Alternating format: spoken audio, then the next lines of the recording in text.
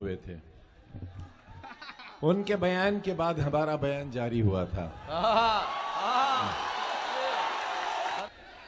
था शहंशाह को गुरूर बहुत, यहां से वहां तक एक एक शख्स की शिरकत होनी चाहिए। मुझे लगे कि मैं गोरखपुर में खड़ा हूं, मैं हिम्मत करता हूं और आपसे दुआएं मांगता हूं। इसलिए चुप नहीं हुए थे। उनके बयान के बाद हमारा बयान जारी हुआ था। अरे वाह वाह वाह वाह। और हमने ये कहा था कि रामलीला मैदान से जनाने कपड़े पहनकर भागने वाले दुनिया के हिजड़े तेरे नाम पर शर्मिंदा हैं। कभी आजाद बोलेंगे। मुझे याद आता है कि जब मैं 8वीं 9वीं में पढ़ा करता था आजम भाई, वो दिन वो था कि जब नमाजों में दुआएं होती थी आजम खान साहब के लिए। बहुत छोटा सा था, मस्जिदों में रहता था, तो अड़ोस पड़ोस से वो नाम कानों में घुलता रहा। बड़ा हुआ तो आजम खान साहब को चैनलों पे देखा, अखबारों में देखा, एक आध दो मुलाकात हुई, बहुत कम, चूंकि मुशायरों में बहुत कम बैठते हैं इसलिए मुलाकात भी कम हो पाती है। जफर अमीन साहब से जितना उन्हें जाना समझा और थोड़ा जानने का मौका मिला, कासिम भाई से और भी बहुत सारे लोगों से। आज मेरी आंखों के सामने ये यूनिवर्सिटी के तमाम फोटोज हैं। जौहर यूनिवर्सिटी हमारी आंखों के सामने है, आजम साहब हमारी आंखों के सामने। मैं 4 मिसरे पढ़ता हूं गोरखपुर वालों, अगर सच्चे हों तो आप ये महसूस करना कि इमरान जैसा एक शायर जो सिर्फ आपका दर्द गाता है वो 4 मिसरे पढ़ने को मजबूर क्यों हुआ। मैं पढ़ता हूं, सच्चे हो तो दुआ देना। कि लुटा दें तेरी खातिर जान, फिर भी गम नहीं होगा। एक शख्स का किरदार, उसका पूरा वजूद मेरे 4 मिसरे। कि लुटा दें तेरी खातिर जान, फिर भी गम नहीं होगा। तेरे जैसा कोई अब जख्म का मरहम नहीं होगा। तेरे जैसा कोई अब जख्म का मरहम नहीं होगा। मिला तुझसे तो एक शायर के दिल की धड़कने बोली। यहां से वहां तक एक एक हाथ हवा में उठा हुआ देखना चाहता हूं मैं। कि मिला तुझसे तो एक शायर के दिल की धड़कने बोली। कई सदियों तलक अब दूसरा आजम नहीं होगा। कई सदियों तलक अब दूसरा आजम नहीं होगा।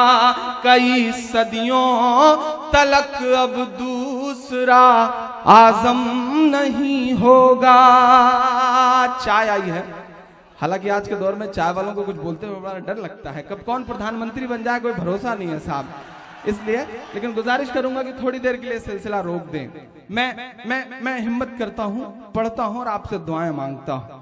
कई सदियों तलक अब दूसरा आजम नहीं होगा। क्यों इमरान पढ़ रहा है ये मिसरे, क्यों इमरान जैसा शायद मजबूर हुआ ये कहने के लिए। मैं शुक्रिया अदा करता हूं। मैं तो बचपन से सुनता था कि अवार्ड जो है वो सिर्फ दरबारों के चक्कर लगाने से मिला करते हैं। पहली बार जब मुझे फोन आया कि आपको यश भारती अवार्ड दिया जा रहा है तो मेरी आंखों में नमी थी और मैंने ये महसूस किया शिद्दत से कि अवाम का दर्द गाने पर भी हुकूमतें अवार्ड देती हैं। शुक्रिया हुकूमत का, मुख्यमंत्री जी का, आजम भाई का, जिन्होंने अवाम का दर्द गाने वाले एक शख्स को अवार्ड देने का फैसला किया। तो ये अवार्ड तो मेरे चाहने वालों का है, मैं आप सब पे न्यौछावर करता हूं इस अवार्ड को। पढ़ता हूं कि मोहब्बत और चाहत का मोहल्ला लेके चलता है। क्यों इमरान पढ़ रहा है ये मिसरे, कुछ तो बात होगी साहब। सियासत को एक किनारे रख दीजिए और इमरान के मिसरे सुनिए। कि मोहब्बत और चाहत का मोहल्ला लेके चलता है ये पागल, अपने लब पर नाम अल्लाह लेके चलता है ये पागल, अपने लब पर नाम अल्लाह लेके चलता है। महज इस बात पर कुर्बान हूँ तुझ पे ऐ आजम खां। एक बहुत पर्दे की बात को आम करता हूं और सच लगे तो दुआएं देना।